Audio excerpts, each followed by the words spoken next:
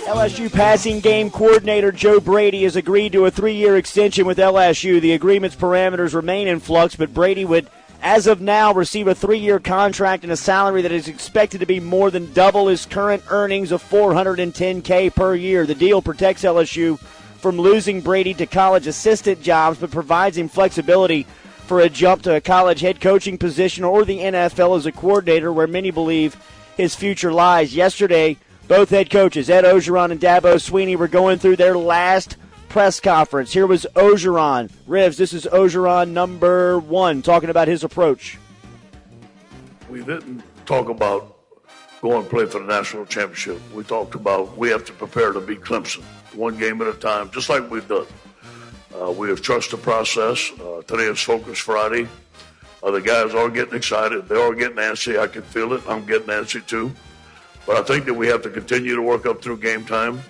They're going to make plays. We're going to make plays. We have to work for 60 minutes and focus on winning the game and not worry about all the other stuff. Block out the noise just like we did all year. And that is something, Jordy, that this team has been spectacular at all year long, is blocking out the noise and not worrying about any of the extra BS, right? When it was who's going to be the 1 seed, what was Ryan Day and Ohio State and all these guys doing? They were sitting there after the game. They're trying to say, well, I think that we deserve to be the 1 seed. And Dabo's talking about how, well, nobody likes little old Clemson. They just want to keep us out no matter what. What did O say all year? He says, I don't give a damn, man. All I want to do, I want to play the football game. I'll play it anywhere. I'll play anyone. And that mantra, that block out the noise mantra, right? A lot of people a few years ago when they heard that, Jordy, I think they thought it was cliche. I think they didn't think that it had real power. But when you buy into cliches, a lot of times they can produce results. And this team is fully bought in. They ain't worried about any of the extra stuff. They're just worried about going out there and playing a football game. Sadiq Charles, starting left tackle for the Tigers, was speaking to Jacques Doucet of WAFB on Media Day about LSU preparing for the national championship. We were really motivated. We heard about all the slander and talk about how bad of a season we might have had last year, how much improvement we should have had coming into this year. But like Coach always says, it starts with the big man. It's all about the big man. So we knew to win big games and get to where we wanted to be, which is here, we're going to have to play big. Big men play big. And Monday night, we think that the game will be won with us. I think big men have to play big. So we have to show up Monday. So I actually think Sadiq is right on there, Jordy.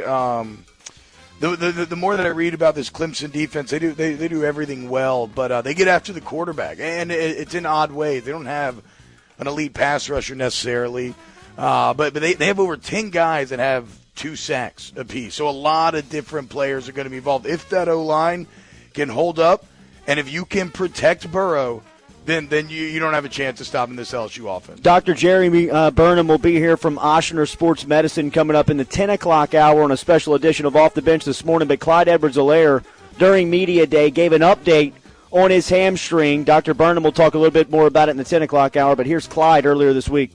Oh, yeah, feeling great, feeling 100%. Said I'll be 110% by Monday, and I'm sure I will be. Kickoff 7 o'clock. Eagle 98.1 for all your listening action tonight on the LSU Sports Radio Network and the flagship station of that network, Eagle 98.1. Skylar Mays hit an 18-foot jumper with time running out that swished through the net to set off a victory celebration in the PMAC as LSU ran its record to 3-0 in the Southeastern Conference, rallying for a 60-59 win over Mississippi State Saturday night. Next up, LSU on the road. They'll fly out today. Coach Wade moved up the flight from 3 o'clock to 1 o'clock.